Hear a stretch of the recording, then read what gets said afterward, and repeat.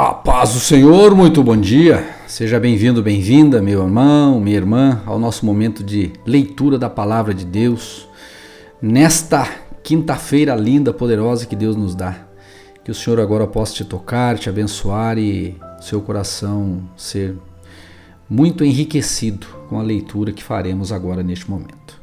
Vamos ler a Bíblia? Hoje capítulos de 19 até o 22 de Mateus. Tá lindo, tá maravilhoso lermos os acontecimentos dos dias de Jesus, sua obra, seu embate ali com os líderes religiosos da época. Por outro lado, a maravilha, a beleza das curas e tantas coisas, né, que ele tem feito ali com o pessoal.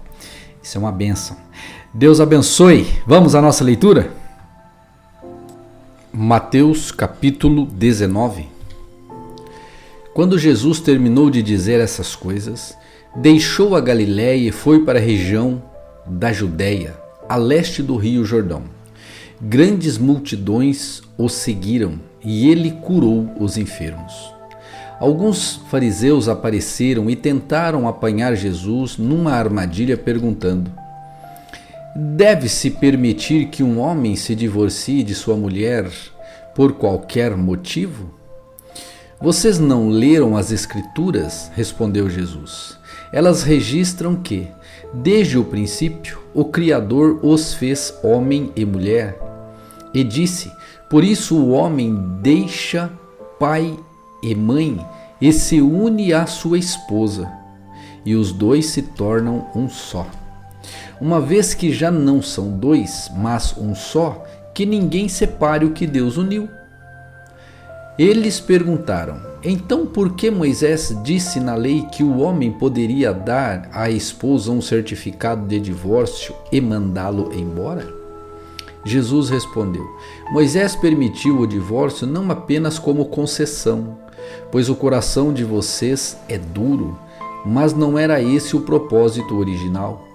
Eu lhes digo o seguinte: quem se divorciar de sua esposa, o que só poderá fazer em caso de imoralidade, e se casar com outra, cometerá adultério.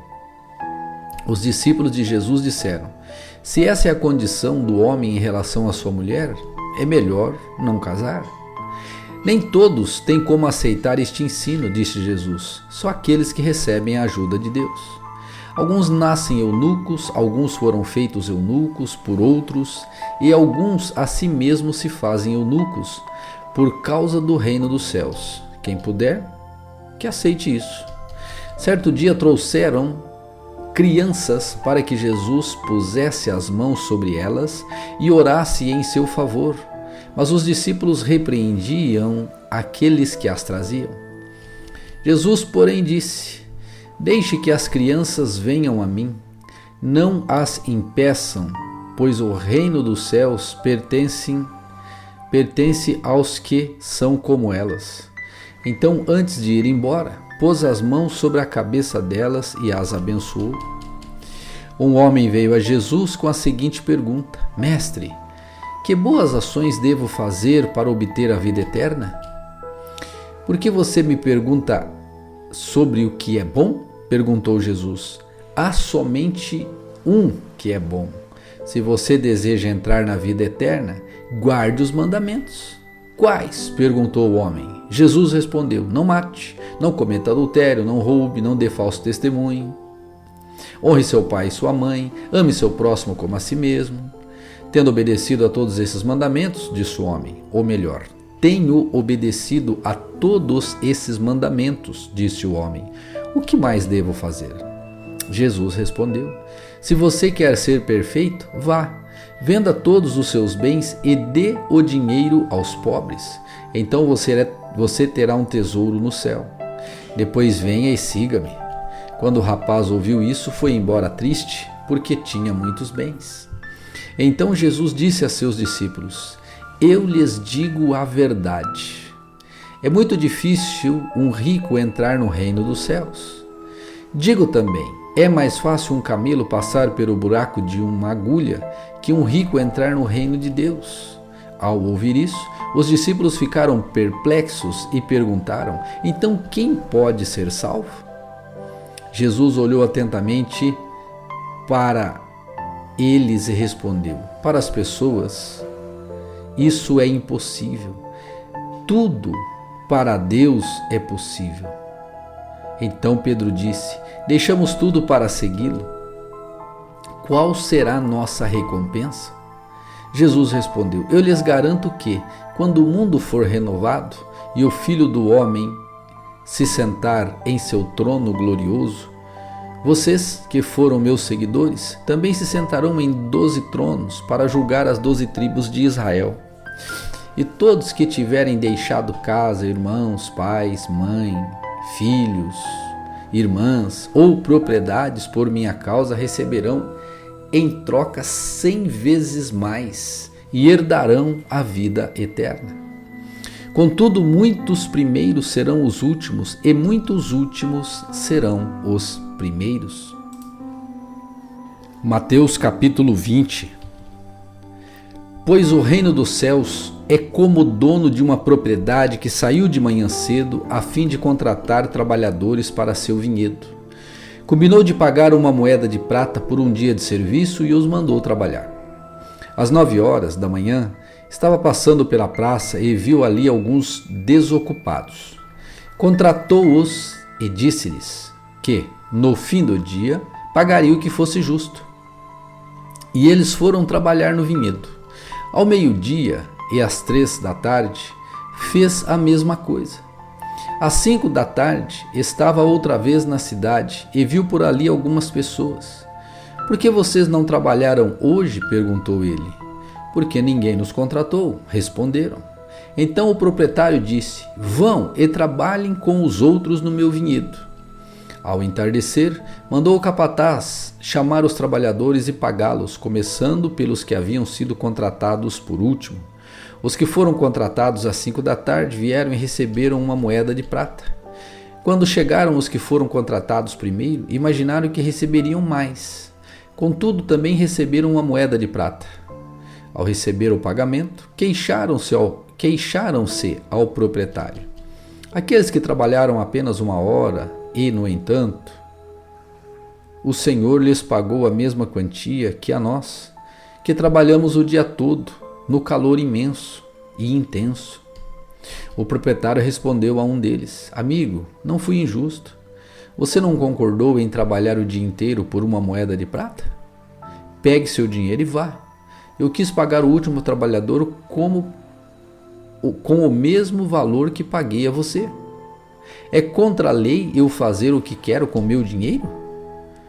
Ou você está com inveja porque fui bondoso com os outros? Assim os últimos serão os primeiros e os primeiros serão os últimos. Enquanto subia para Jerusalém, Jesus chamou os 12 discípulos e lhes disse, em particular, o que aconteceria com ele. Ouçam, estamos subindo para Jerusalém, onde o Filho do Homem será traído e será entregue aos principais sacerdotes e aos mestres da lei. Eles o condenarão à morte e o entregarão aos gentios, para que zombem dele e o açoitem e o crucifiquem. No terceiro dia, porém, ele ressuscitará. Então a mãe dos filhos de Zebedeu veio a Jesus com seus filhos. Ela se ajoelhou diante dele a fim de lhe pedir um favor. O que você quer? Perguntou ele. Ela respondeu, por favor, permita que no seu reino meus 2 filhos se sentem em lugares de honra ao seu lado, um à sua direita e o outro à sua esquerda. Jesus respondeu, vocês não sabem o que estão pedindo. São capazes de beber o cálice que estou prestes a beber? Somos, disseram eles. Então Jesus disse, de fato, vocês beberão do meu cálice. Não cabe a mim, no entanto, dizer quem se sentará à minha direita ou à minha esquerda. Meu Pai preparou esses lugares para aqueles que escolheu. Quando os outros 10 discípulos souberam que os 2 irmãos haviam pedido, ficaram indignados. Jesus os reuniu e disse, vocês sabem que os governantes deste mundo têm poder sobre o povo e que os oficiais exercem sua autoridade sobre os súditos. Entre vocês, porém, será diferente. Quem quiser ser o líder entre vocês, que seja servo. E quem quiser ser o primeiro entre vocês, que se torne escravo. Pois nem mesmo o Filho do Homem veio para ser servido, mas para servir e dar a sua vida em resgate por muitos. Quando Jesus e seus discípulos saíam de Jericó, viu uma grande multidão e ela o seguiu.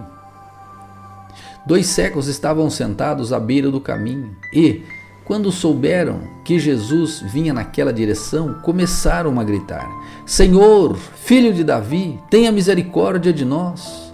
Cale-se, diziam aos brados os que estavam na multidão. Eles, porém, gritavam ainda mais alto: Senhor, Filho de Davi, tenha misericórdia de nós. Ao ouvi-los, Jesus parou e perguntou: O que vocês querem que eu lhes faça? Eles responderam: Senhor, nós queremos enxergar. Jesus teve compaixão deles e tocou-lhes os olhos. No mesmo instante, passaram a enxergar e o seguiram. Mateus capítulo 21. Quando já se aproximavam de Jerusalém, Jesus e seus discípulos chegaram a Betfagé, no Monte das Oliveiras. Jesus enviou na frente 2 discípulos. Vão àquele povoado adiante, disse ele. Assim que entrarem, verão uma jumenta amarrada, com seu jumentinho ao lado. Desamarrem os animais e tragam-nos para mim. Se alguém lhes perguntar o que estão fazendo, digam apenas: o Senhor precisa deles, e de imediato a pessoa deixará que vocês os levem. Isso aconteceu para cumprir-se o que foi dito por meio do profeta.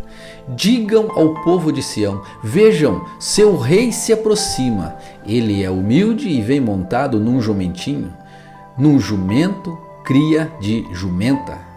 Os 2 discípulos fizeram como Jesus havia ordenado. Trouxeram uma jumenta e o jumentinho e puseram seus mantos sobre o jumentinho e Jesus montou nele.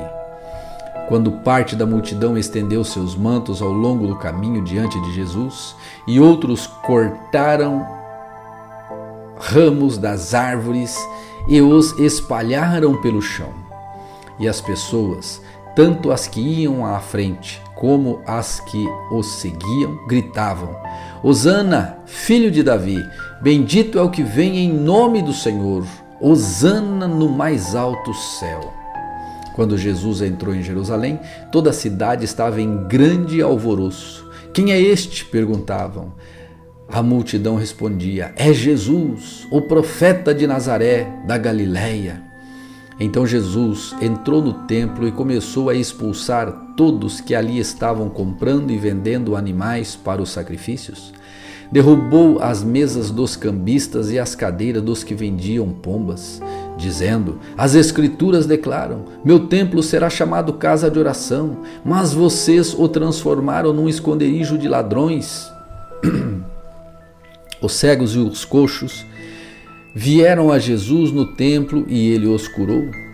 Quando os principais sacerdotes e mestres da lei viram esses milagres maravilhosos e ouviram até as crianças no templo gritar: Hosana, filho de Davi, ficaram indignados.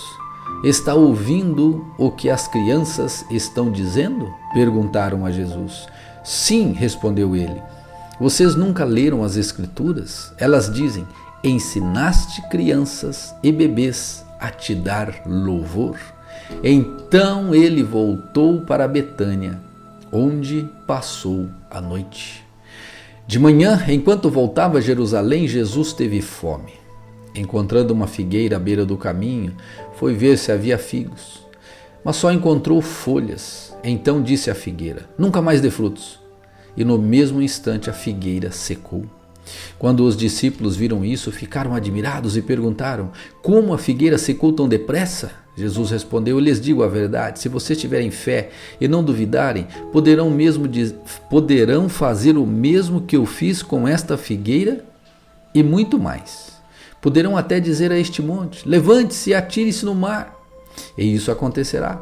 Se crerem, receberão qualquer coisa que pedirem em oração. Quando Jesus voltou ao templo e começou a ensinar, os principais sacerdotes e os líderes do povo vieram até ele e perguntaram: com que autoridade você está fazendo estas coisas? Quem lhe deu este direito? Jesus respondeu: eu lhes direi com que autoridade faço essas coisas, se vocês me responderem uma pergunta. A autoridade de João para batizar vinha do céu ou era humana apenas?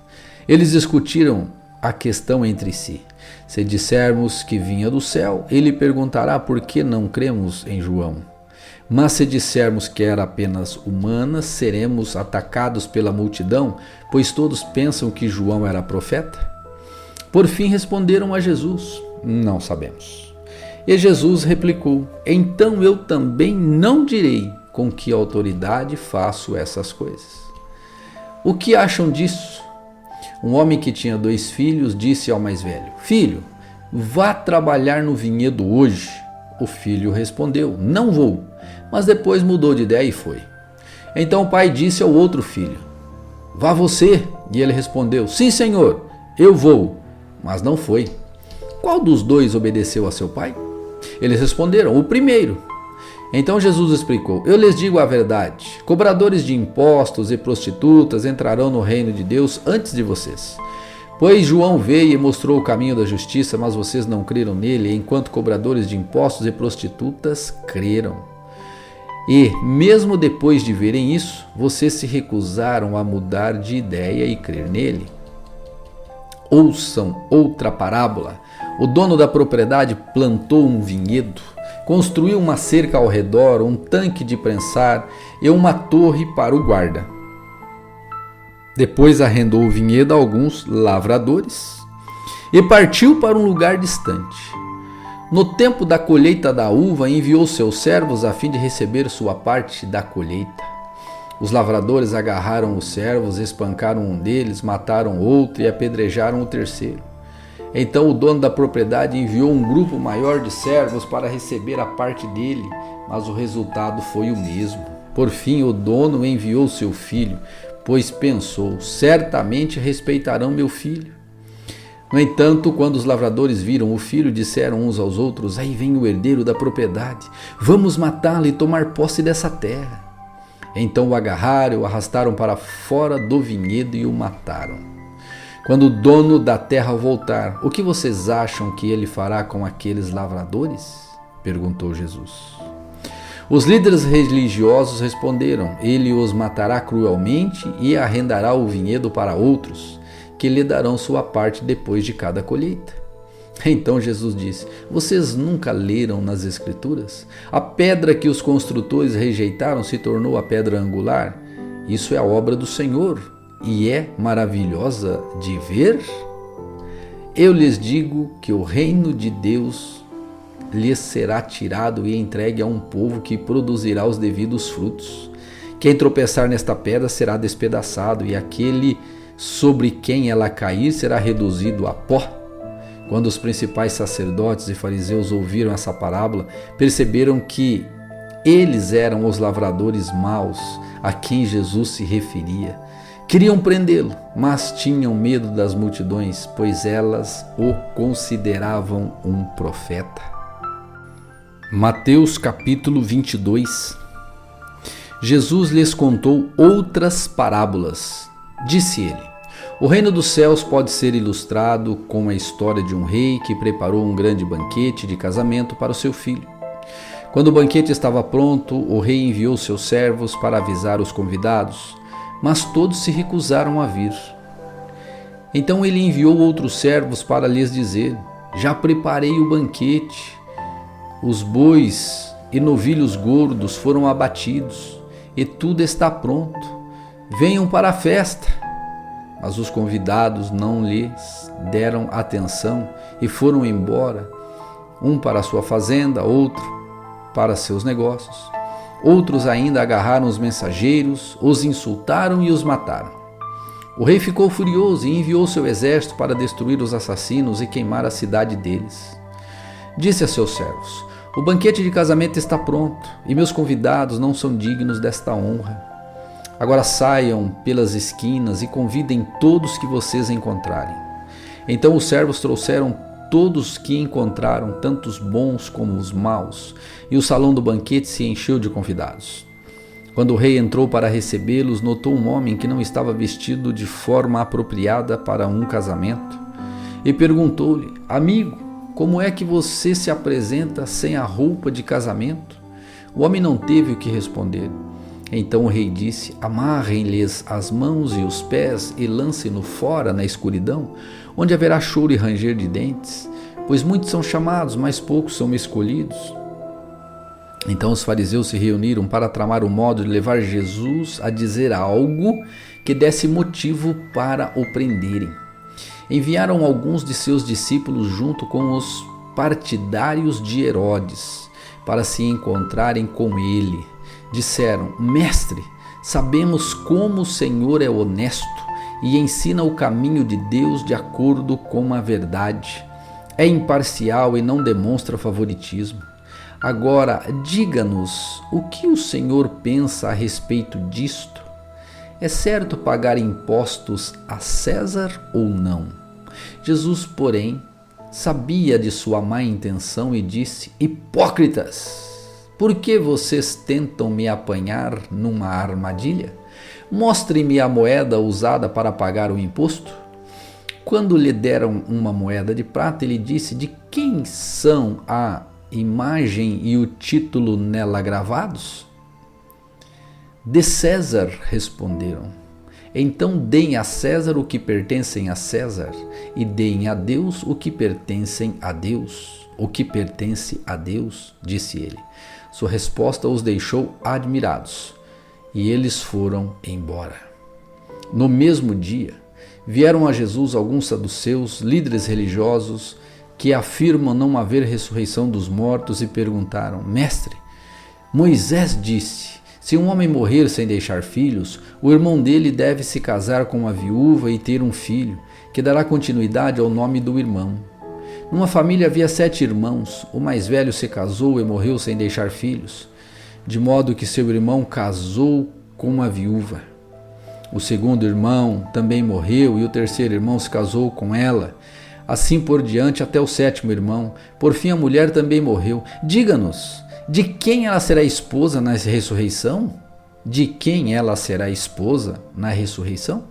Afinal, os 7 se casaram com ela. Jesus respondeu: o erro de vocês está em não conhecerem as Escrituras e nem o poder de Deus. Pois quando os mortos ressuscitarem, não se casarão nem se darão em casamento. Nesse sentido, serão como os anjos do céu. Agora, quanto a haver ressurreição dos mortos, vocês não leram a esse respeito nas Escrituras? Deus disse: eu sou Deus, o Deus de Abraão, o Deus de Isaque e o Deus de Jacó. Portanto, ele é o Deus dos vivos e não dos mortos. Quando as multidões o ouviram, ficaram admiradas com o seu ensino. E sabendo os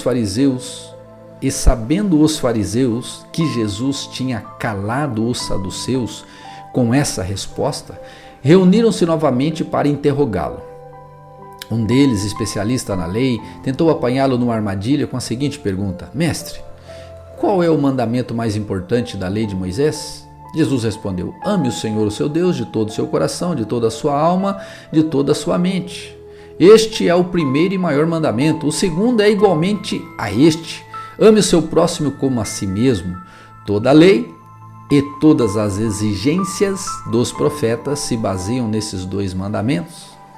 Então, rodeado pelos fariseus, Jesus lhes fez a seguinte pergunta: o que vocês pensam do Cristo? De quem ele é filho? Eles responderam: é filho de Davi? Jesus perguntou: então por que Davi, falando por meio do Espírito, chama o Cristo de meu Senhor? Pois Davi disse: o Senhor disse ao meu Senhor: sente-se no lugar de honra à minha direita, até que eu humilhe seus inimigos debaixo de seus pés. Portanto, se Davi chamou o Cristo de meu Senhor, como ele pode ser filho de Davi? Ninguém conseguiu responder. Depois disso, não se atreveram a lhe fazer mais perguntas.